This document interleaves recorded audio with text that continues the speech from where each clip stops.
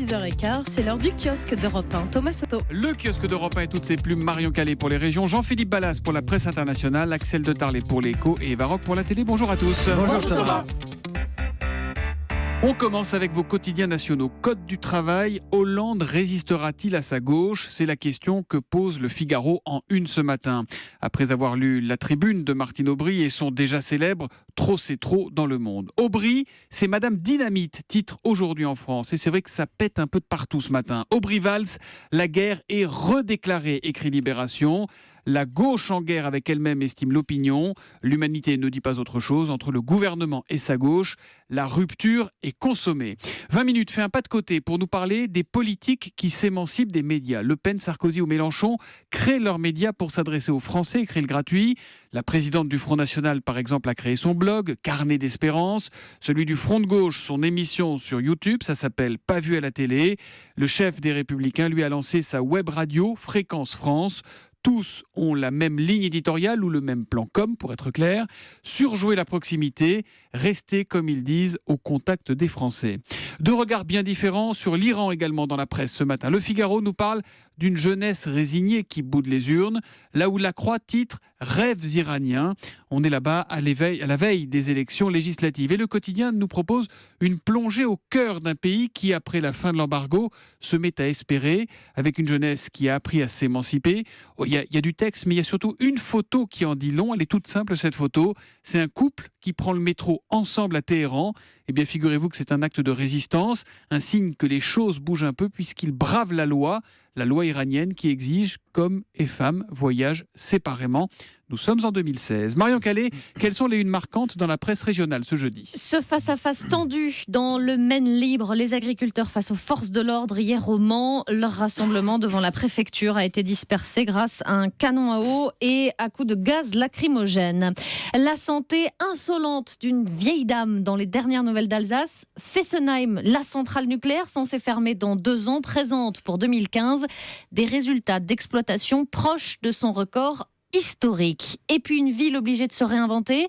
Lourdes doit faire face à la baisse du nombre de pèlerins, moins 25% entre 2009 et 2014. Un quart en moins. Donc la cité mariale veut promouvoir, dit l'éclair, un tourisme spirituel. On est loin de la spiritualité avec l'histoire du jour, qui est une sorte de Tour de France dans l'Est éclair. Tour de France des prisons pour un détenu qui aurait dû être libéré en 1999, mais qui est désormais libérable en 2037. Au départ, cet homme, Rachid Boubala, est condamné pour vol avec violence. 3 ans de prison. Nous sommes en 1996. Sauf que depuis, il a enchaîné les provocations et incidents disciplinaires, insultes, menaces de mort, agressions.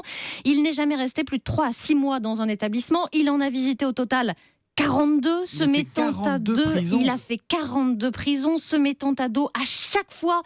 Le personnel pénitentiaire, il faut dire qu'il n'a pas hésité à utiliser ses excréments pour combattre le système. Les psychiatres assurent qu'il n'est pas atteint de maladie mentale, mais celui qui est désormais surnommé l'emmerdeur de l'administration pénitentiaire se serait construit une identité dans le fait d'être un problème. Dehors, il n'aurait pas toute cette attention, d'où cette demande d'une de ses amies, qu'il revienne aujourd'hui dans la maison d'arrêt de Clairvaux, dans l'Aube, pour qu'il reprenne petit à petit contact, qu'il tisse un lien social et qu'il reprenne contact avec ses proches à l'extérieur. Ça pose quand même le problème du profil psychologique du garçon. 42 prisons et donc il devait sortir en 99. Libérable en 2037. Incroyable, à lire dans l'Est éclair ce matin. La presse internationale, Jean-Philippe Ballas, on va en Chine ce matin avec ce message très clair aux médias, pas une tête qui dépasse. Ouais, imaginez des photos, des vidéos qui montrent des journalistes ravis, souriants, applaudissant debout le président Xi Jinping venu leur rendre visite dans leur rédaction. Des images officielles à peine surjouées,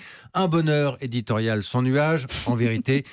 Le signe évident de la mainmise du pouvoir sur les médias nationaux. Imaginez la scène en France. Un chef de l'État qui rentre dans une rédaction, tout le monde debout et qui applaudit. Tout autour de François Hollande en train de l'applaudir. Voilà, c'est ce qui se passe aujourd'hui en Chine. C'est le New York Times qui décrypte pour nous les dernières prises de parole du président chinois.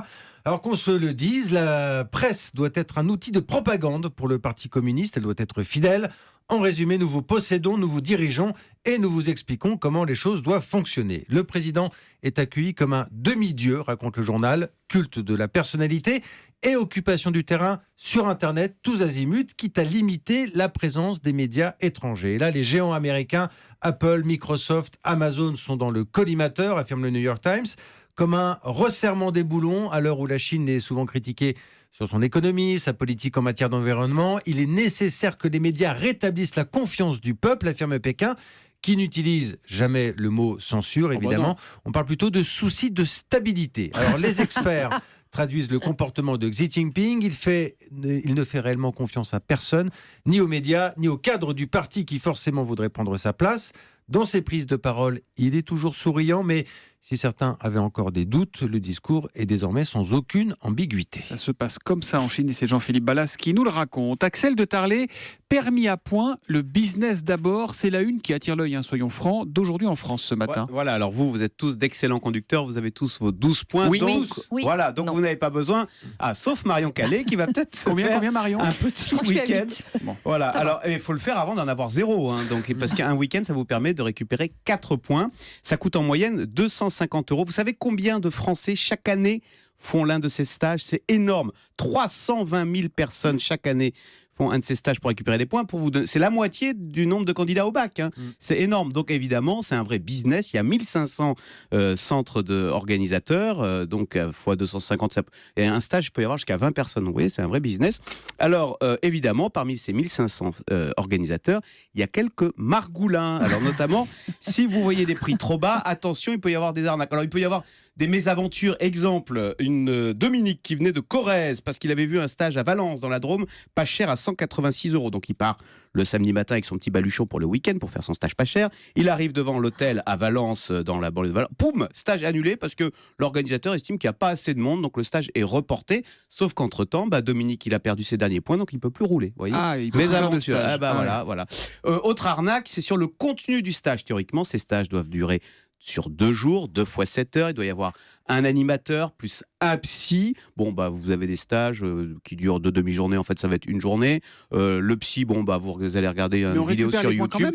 Et on récupère les points quand même. Ce qui fait dire à Maître Comon, qui est un spécialiste de ces choses-là, que c'est une vaste mascarade. C'est pourquoi d'ailleurs le Parisien aujourd'hui en parle, parce que le ministère veut remettre un peu d'ordre et il y aura désormais davantage de contrôle. En fait, on achète nos points pour l'instant. Voilà. En matière d'infraction de la route, il y en a un qui est pas mal aujourd'hui. Ah oui, vous avez vu Bernard Tapie qui a été flashé à 185 km/h. Voilà, alors j'ai regardé. Donc il pourrait perdre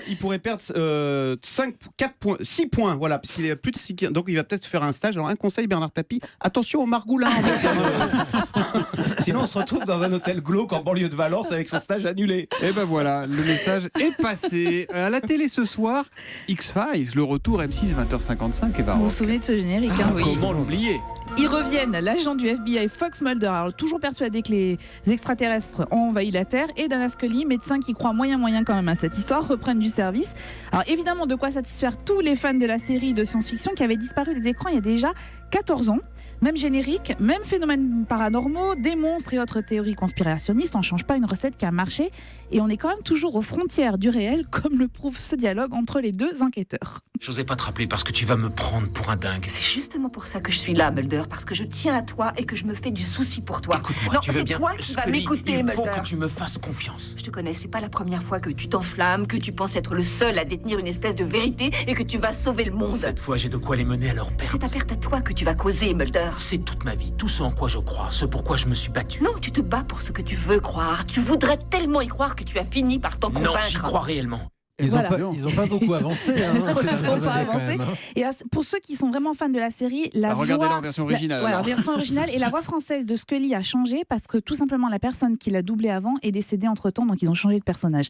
Alors le premier épisode est un peu fourre-tout, mais il a un avantage, il nous replonge quand même dans l'ambiance de la série. De quoi nous tenir en éveil avec une bonne conclusion américaine. Nous avons un petit problème.